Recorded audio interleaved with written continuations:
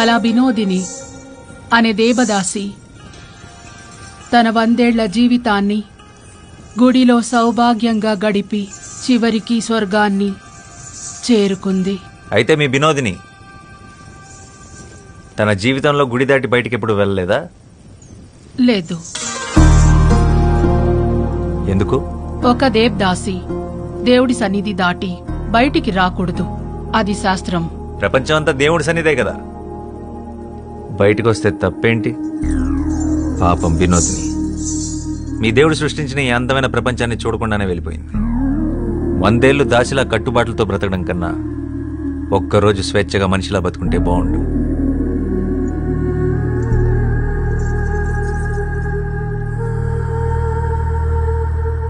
అందరూ వరుసన వచ్చి ప్రసాదాలు తీసుకోండి.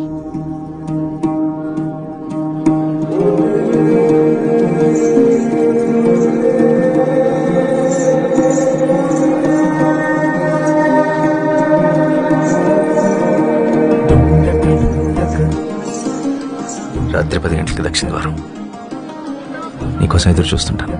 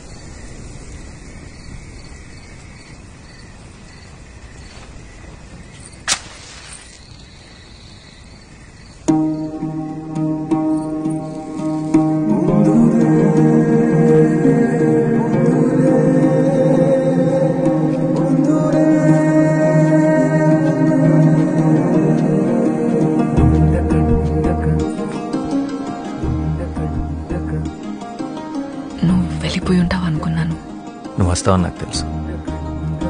నేనేం బయటికి రావాలని రాలేదు. నువ్వు నిజంగా వచ్చావో లేదో చూద్దామని వచ్చాను. సరే.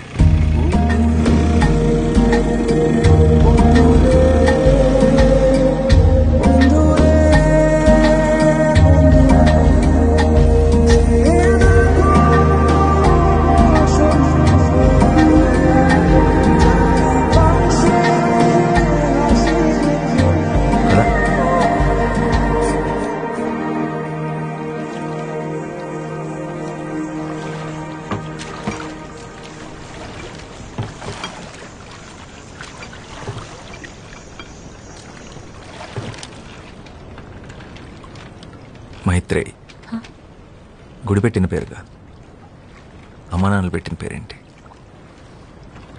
వాళ్ళు ఎప్పుడైనా కలిస్తే అడిగి చెప్తానులే.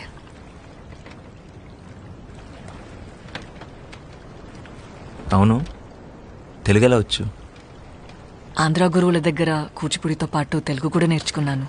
తెలుగే కాదు, భరతనాట్యంతో పాటు తమిళ్, మోహినియాటంతో పాటు మలయాళం, ఒడియా, అసామీస్, సంస్కృతం కూడా వచ్చు.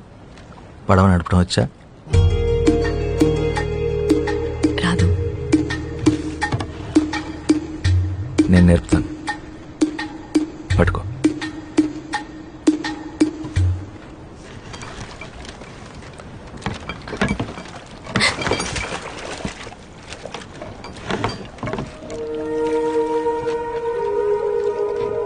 ఈ సృష్టిలో ప్రతి పని 2 విధాలుగా చేయొచ్చు. ఒకటి భయంతో, 2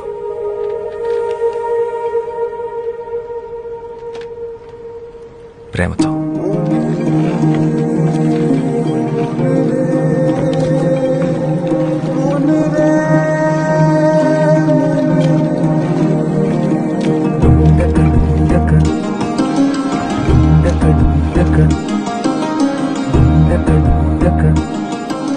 నువ్వు నాట్యం చేస్తావే అలా.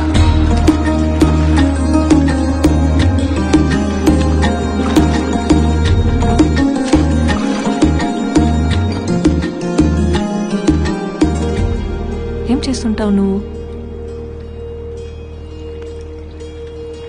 ఐఎమ్ ఎ రైటర్, రచయితను. ఏం రాస్తావు? ప్రపంచానికి చెప్పాల్సింది. మరి ఆ ప్రపంచానికి నా గురించి చెప్పాల్సి వస్తే? పాలబుగ్గలు, పసిడి చాయన పసుపు పూతగా వించిన తను, భయంతో బెదిరే పసిపాప కన్నులు, తెరచాప వంటి కురులు, శరీరం ఒక గుడి శిల్పం, నాట్యంలో నెమలి, కన్న ప్రేమని కూడా ఎరగని కన్యత్వం, బండరాయితో బంధుత్వం, దేవుడనే దురాచారం దేహాన్ని ముళ్ళు చేసిన, మనసంతా దైవత్వాన్ని నింపుకున్న,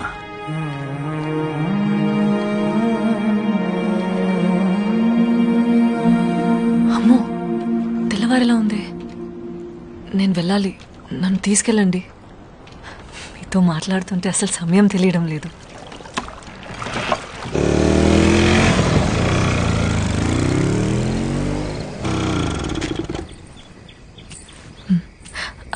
అవును, నీ పేరేంటి? శ్యామ్ సింగరాయ్.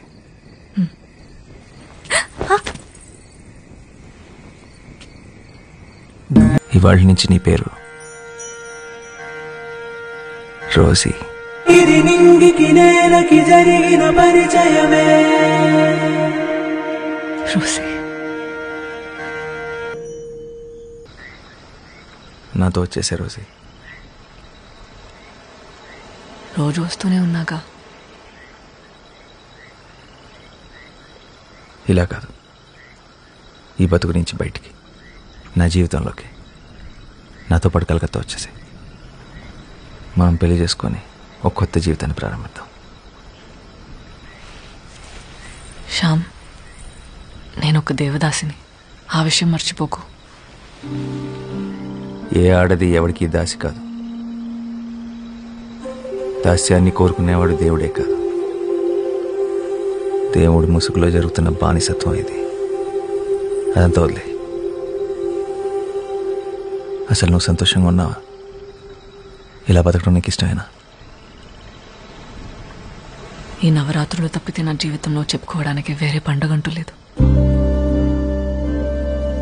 ఎవరు కోరుకుంటారు ఇలా బ్రతకాలని? ఆగమాలను అనుసరించి కర్మాన్ని సరిపెట్టుకోవడం తప్ప. ఆత్మాభిమానం కన్నా ఏ ఆగమం గొప్పది కాదు. తప్పని తెలిసాక దేవుణ్ణైనా ఎదిరించడంలో తప్పే లేదు. పిరికి వాళ్ళే కర్మ సిద్ధాంతం మాట్లాడతారు. ఆయన నీ విలువ నీకు తెలియపోతే ఎలా? రెడిక్యులస్. నా విలువ ఎంతంటే ఏం చెప్పమంటావు?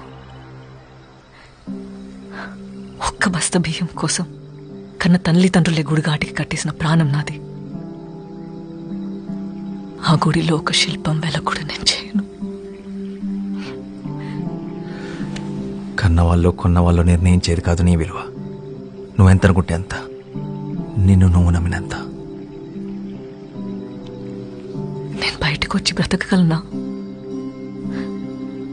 గుడి దాటి బయటకు వస్తే ఈ సమాజం నన్ను ఒప్పుకుంటుందా? చెప్పు. ఎంఎస్ సుబ్బలక్ష్మి పేరు విన్నావా? ఒకప్పుడు దేవదాసి, ఇప్పుడు పద్మభూషణ్ అవార్డు గ్రహీత. భరతనాట్యంలో భారతదేశంలోనే అతి గొప్ప డాన్సర్ బాల సరస్వతి. దేవదాసి కుటుంబానికి చెందినదే.